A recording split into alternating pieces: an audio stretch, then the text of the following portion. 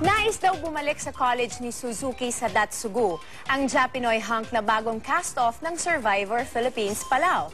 Pero handa na rin daw ba siyang pasukin ng showbiz? Makichika kay Lars Santiago. Eskwela at laging nagpapatawa ang naging trademark ng Japinoy hunk na si Suzuki sa Datsugu sa Survivor Philippines Palau. Pero hindi niya raw ito strategy. Talagang likas lang sa kanya ang pagiging komedyante. Tingin ko, kasi sasayaw-sayaw pang ng ganun. Tapos, di ba, yung salita ko pa lang parang nakakatawa, di ba? Kaya siguro tatawa yata siguro sa akin ng pagkakomedyante ko, no? Sa Japan ipinanganak at lumaki si Suzuki. Hapon ang kanyang tatay, samantalang Pilipina naman ang kanyang ina.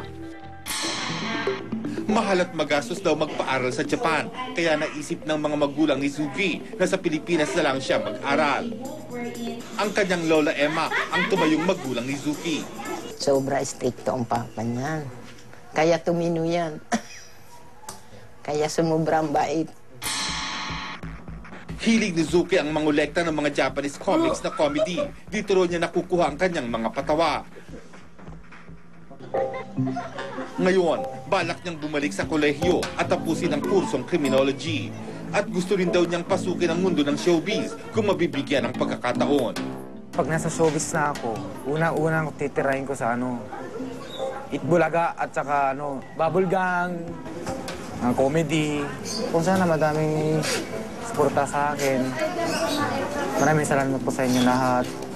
I love you.